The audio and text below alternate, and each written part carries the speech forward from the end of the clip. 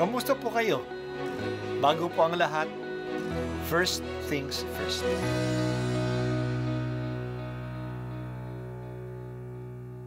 Good morning po. Sinisimulan po natin ngayon ang first things first. At dito po, tinatalakay natin sa unang bahagi ng umaga natin ay ang first readings na binabasa po sa banal na misa. Ito pong tinatalakay natin kasi madalas po kasi marami na tayong alam tungkol sa gospel readings. Pero konti po ang nagsasalita sa first readings. Pero ang first readings, bahagi din po yan ng Biblia, ng banal na kasulatan. Kaya susubaybayan po natin ang mga first readings, basahin po natin at kuminsan kailangan ng basahin ng 2 o 3 beses bago maintindihan kasi hindi po tayo familiar sa mga istorya at sa mga kaisipan na tinatalakay dito. Ang simula ng aklat ng karunungan. Kayong mga namamahala at may kapangyarihan sa daigdig, mahalin ninyo ang katarungan. Mataimtim ninyong isipin ang Panginoon at taos-pusong hanapin siya. Matatagpuan siya ng mga hindi nag-aalinlangan sa Kanya. Magpapakita siya sa mga nagtitiwala sa Kanya ng lubos. Ang mga baluktot ang isip ay di makalalapit sa Diyos. Ang sinumang baliw na mga hasubukin siya ay bibiguin ng Kanyang walang hanggang kapangyarihan. Ang karunungan ay di papasok sa may masamang kalooban at di mananahan sa pusong alipin ng kasalanan. Ang tunay na nagpapakabanal ay umiiwas sa mga manlilinlang. Lalayo siya sa lahat ng nagpapahayag ng kahibangan at di niya matitiis ang anumang pang-aapi o paghamak sa katarungan. Ang karunungan ay diwang magaan ang loob sa lahat. Ngunit hindi niya mapapayagang lapastanganin ang Diyos, sapagkat alam ng Diyos ang ating mga damdamin at isipan, at nadirinig niya ang bawat salita natin. Ang diwa ng Diyos ay laganap sa buong sanlibutan, at siya ang nagpapanatili sa lahat ng bagay. Kaya alam niya ang bawat katagang namumutawi sa labi ng bawat nilalang. Ang salita ng Diyos. Salamat sa Diyos. May mga aklat sa Biblia na nabibilang sa kategoryang tinatawag na wisdom books. Ang paksa ng mga aklat na ito ay ang wisdom o karunungan.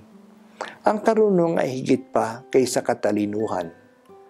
Ito'y nakukuha hindi sa pamamagitan ng pag-aaral o ng pag-memorize o ng pagbabasa ng aklat, kundi sa pamamagitan ng pagninilay sa karanasan sa buhay. Ang taong marunong ay hindi lang ay ang taong may alam.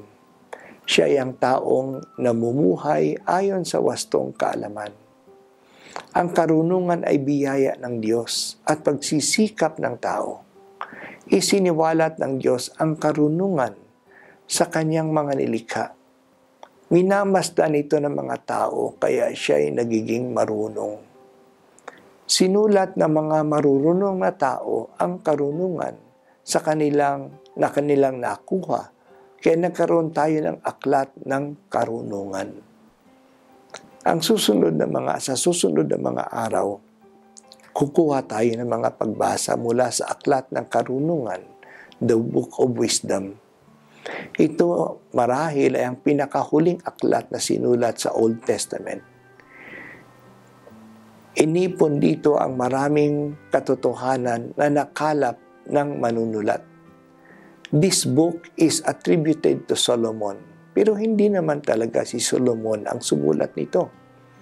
Ipinangalan lang sa kanya kasi siya ay kilala na puno ng karunungan sa Israel. May ilang bahagi ng pagbasa natin na magandang bigyan ng diin. Ang unang pangungusap ay sana pansinin ng mga leaders natin. Ito ay para sa kanila. Kayong namamahala at may kapangyarihan sa daigdig, mahalin ninyo ang katarungan. Taimtim ninyong isipin ang Panginoon at pusong hanapin siya. Magpapakita siya sa mga nagtitiwala sa Kanya ng lubos. Mahalin ninyo ang katarungan.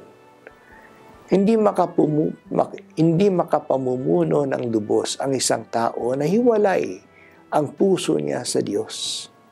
Ang Diyos ang pinanggalingan ng karunungan, ng kabutihan, ng katarungan. Nasusubaybayan niya tayo at alam niya ang nangyayari at ginagawa natin. Sinabi pa sa aklat, alam ng Diyos ang ating damdamin at ang isipin at nadirinig niya ang bawat salita natin. Hindi natin siya matatakasan. Ang Diyos po ay hindi sagabal sa ating kalayaan at sa ating buhay. Hindi siya nagpapahirap sa atin. Ginagabayan niya tayo sa karunungan at katuwiran. Sa ating panahon ngayon, hinihiwalay natin ang Diyos sa ating pang-araw-araw na gawain, sa mga desisyon natin sa business o sa politika. Nabubuhay tayo na parang walang pakialam ang Diyos sa atin. Ito ang tinatawag nating secularism. Makamundo lang ang ating tingin. Walang puwang sa spirituality. Hindi ito karunungan. Ang tao ay hindi lang material. Spiritual din siya. At kapag pinag-usapan ang spiritual, hindi natin pwedeng i-itsipwera ang Diyos. Bahagi siya ng ating pagkatao.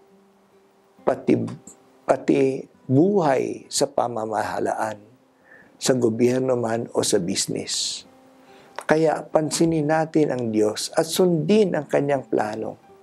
Pagiging kaaya-aya ang buhay natin kung nagpapadala tayo sa agos ng Kanyang kagustuhan. Hindi siya kakompetensya ng tao. Bahagi siya ng ating pagkatao. Bahagi ang Diyos ng ating buhay. Tulungan mo ako, O Diyos, na mamuhay, na nakikinig at nananalig sa iyo. Kilala mo ako at alam mo ang buhay ko. Gusto mo ang aking kabutihan. Sumunod lang sana ako sa iyo. Ito po ang unang pagbasa at ako po ay si Bishop Broderick Pabilio dito sa First Things First.